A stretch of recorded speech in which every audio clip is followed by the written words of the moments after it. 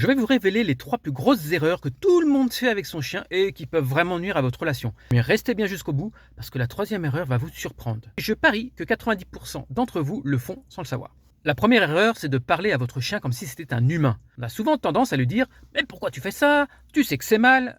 Mais votre chien, il ne comprend pas nos explications complexes. Il capte surtout votre ton et vos émotions. En lui parlant de cette manière, vous risquez de créer de la confusion. Imaginez, vous vous adressez à lui avec des phrases longues et des reproches voilés. Et lui, il reste perplexe, ne sachant pas comment réagir. Au final, il finit par associer votre voix à une source de stress plutôt qu'à la confiance et au jeu. Privilégiez des mots simples et des gestes clairs pour qu'il comprenne vraiment ce que vous attendez de lui.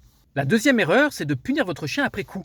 Vous rentrez à la maison, vous voyez qu'il a fait une bêtise et vous vous énervez, mais en le punissant quelques minutes après, il ne fait pas le lien entre son geste et votre réaction. Le problème, c'est que pour lui, la punition arrive trop tard et devient une source de stress récurrent. Alors au lieu de comprendre qu'il a mal agi, il associe votre présence ou votre retour à quelque chose de négatif. Alors la clé, c'est d'intervenir immédiatement et de rediriger son comportement sur le moment. Une correction instantanée aide votre chien à comprendre ce qui est acceptable et ce qui ne l'est pas. La troisième erreur, et peut-être la plus surprenante, c'est de forcer votre chien à saluer tout le monde. Beaucoup pensent que le chien doit être sociable à tout prix, mais la réalité est différente. Si vous obligez votre chien à aborder des inconnus, il peut se sentir envahi ou stressé. Alors ce stress accumulé au quotidien risque de se transformer en comportement agressif ou anxieux. Apprenez à lire ces signaux. S'il se montre réservé ou mal à l'aise, respectez son besoin d'espace. Laissez-le initier les interactions quand il se sent prêt. Cela renforce la confiance et vous permet d'éviter des situations stressantes pour lui.